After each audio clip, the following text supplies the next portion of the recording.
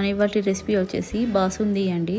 ఈ స్వీటు చాలా అంటే చాలా టేస్టీగా ఉంటుందండి. జస్ట్ 2 ఇంగ్రీడియంట్స్తో చాలా ఈజీగా చేసుకోవచ్చు. దీనికోసం ముందుగా నేను ఇక్కడ పొయ్యి వెలిగించి ఒక కడాయి పెట్టుకొని దానిలోకి ఒక 1/2 లీటర్ వరకు నార్మల్ మిల్క్నే తీసుకుంటున్నానండి. మీరు కావాలంటే ఫుల్ ఫ్యాట్ మిల్క్నైనా తీసుకోవచ్చు. తీసుకొని ఒక పొంగు వచ్చేంత వరకు మంట హై ఫ్లేమ్లో పెట్టుకొని కలుపుకుంటూ మరిగించుకోండి. ఇవి ఇలా ఒక పొంగు వచ్చిన తర్వాత దగ్గరే ఉండి కలుపుకుంటూ అవి బాగా దగ్గర పడేంత వరకు కలుపుకుంటూ ఉడికించుకోండి. చూసారు కదా, ఇలా పైన ఉన్న అట్టు మొత్తం ఒక పక్కకి అనుకుంటూ అవి బాగా దగ్గర పడేంత వరకు కలుపుకుంటూ ఉడికించుకోండి.